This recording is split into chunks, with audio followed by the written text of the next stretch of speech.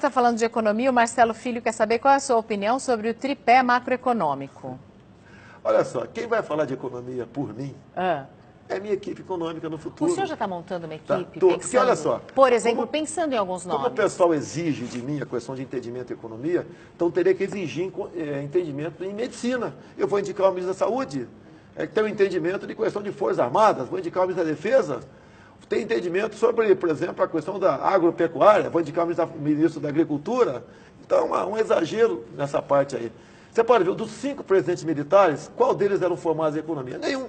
E trouxeram o Brasil da 49ª para a 8ª economia no mundo. Oi? Não, eles deixaram o Brasil com muita inflação, fizeram a dívida externa do tamanho que ficou. Não, a dívida externa foi de... Agora, mesmo com a dívida externa que era grande para aquela época... Tinha inflação, no governo militar tinha teve inflação. No final tem inflação grande do governo Figueiredo, tá? Mas, olhe a infraestrutura deixada por eles, inclusive nas telecomunicações.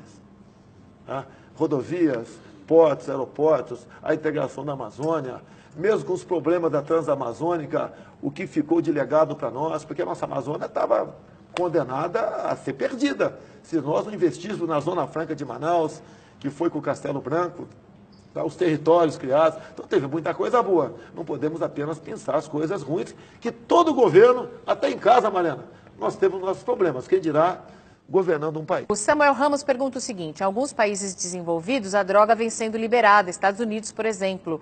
Qual vai ser sua política, e se vai ser essa mesma política liberal em relação às drogas aqui no Brasil? Olha, eu tenho que ter uma referência. Vamos perguntar para qualquer pai se ele é favorável a liberar as drogas. Eu acho que 99% são contra, até porque ela vai chegar nas escolas. Um dos últimos países a liberar foi aqui o nosso Uruguai, aqui embaixo.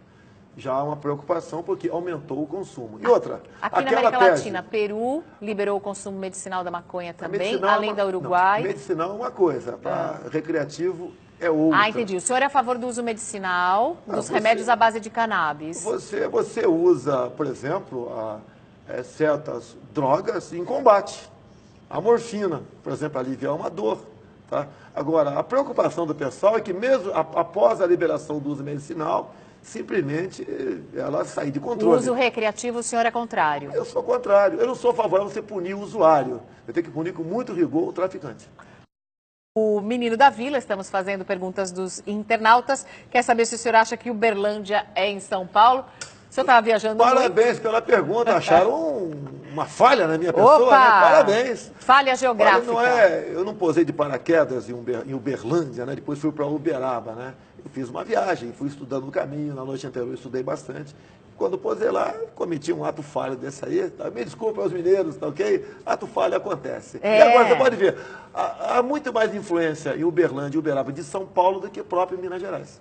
Mas não justifica, errei, retifiquei, 30 segundos depois, acontece, tá ok? Fala, Theo. Deputado, o senhor tem uma boa relação com a imprensa? Considera que tem o espaço necessário para falar? Raramente eu tenho um programa como o de vocês aqui. Eu pergunto isso. Tive a Luciana Gimenez, coisa rara, né? Porque o senhor fez uma postagem no Instagram que o senhor disse, aspas, a imprensa tenta a todo custo comprar a corda que irá enforcá-la. Será que o senhor pode explicar? Isso daí, no tocante ao trabalho da imprensa como um todo, na relação à minha pessoa. Quem dizia isso era Lenin, né? Vou cortar da burguesia a corda para enforcá-la. O que eu falei, não sei se minhas palavras foram essas, mas se foi parecida com isso aí, né? Vão acabar comprando matérias da mídia para calá-la. Isso eu tenho falado muito em Brasília com colegas da imprensa. O senhor é a favor do controle da mídia? Negativo, quem é a favor disso é o PT. Eu sou, tanto é que coisa rara eu processar alguém da mídia. Só processo quando extrapola. O cara fica lá fazendo imagem minha de Hitler com bigodinho, aí o cara está extrapolando, aí não dá.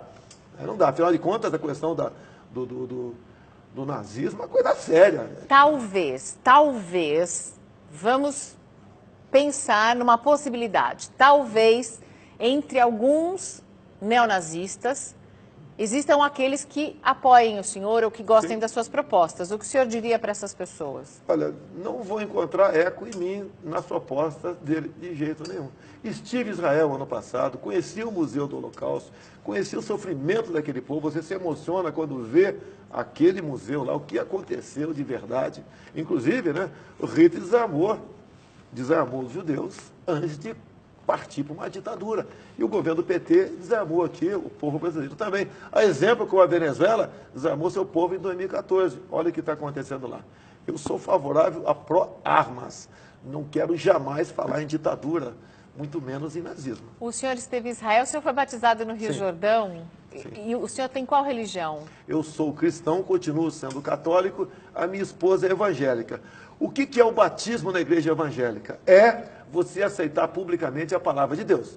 E eu, como estava em Israel, do lado do Rio Jordão, tinha um pastor do meu lado, e por coincidência, meu nome é Messias também, eu vou aproveitar a oportunidade para publicamente dizer que acredito em Deus. Isso aconteceu. A Roberta quer saber exatamente sobre isso, sobre o Estado laico, e o que o senhor pensa exatamente sobre outras religiões, principalmente aquelas de matrizes africanas. Sem problema nenhum, tá? A religião é livre no Brasil. O Estado é laico. Eu tenho dito que 90% da população brasileira é judaico-cristão. Os outros 5% é dessas religiões como essa daí, tem que respeitar. E o restante, 3, 4, 5%, são ateus. Sem problema nenhum, que nós não podemos admitir que uma religião venha para cá em nosso meio e queira impor a sua vontade pela força. Qual? Você pode ver, tem certas religiões onde, por exemplo, o casamento se dá com criança a partir de 10 anos de idade. Não podemos admitir isso daí. Tá. Não podemos admitir isso daí. Uns querem botar certas religiões aqui, porque no seu país não admite o cristianismo. Então, isso você tem que botar um pé atrás. Não podemos ter problema religioso em nosso Brasil. Terreiros estão sendo vítimas de depredação mesmo, de intolerância religiosa. Não, é mas pura intolerância religiosa. Muitas vezes quem pratica isso não tem nada a ver com religião. Não tem nada a ver. Nós não podemos, Não, como por muitas exemplo, vezes tem exatamente a ver mas você com pode religião. ver, tem o xiita em tudo quanto é lugar. Pode ser católico, pode ser evangélico, um elemento que está lá, ele é evangélico, ele é católico, ele tem uma religião qualquer e quer se impor pela força. Agora não podemos criminalizar todo o segmento evangélico ou católico por causa disso. Theo. E pau nesse cara que está fazendo essa besteira aí.